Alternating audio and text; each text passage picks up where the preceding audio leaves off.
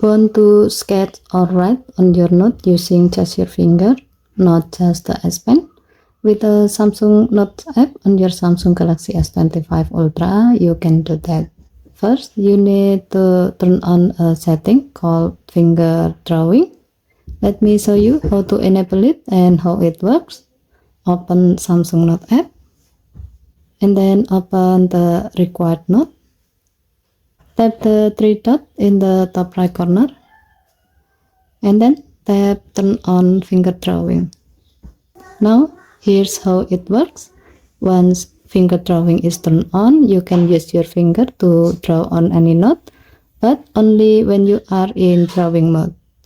To enter drawing mode, tap the drawing mode icon at the bottom left corner of the screen.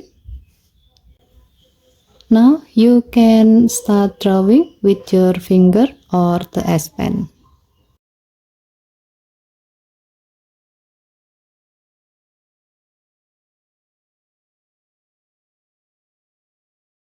As a note, this setting applies to your all note, not just the one you are editing now.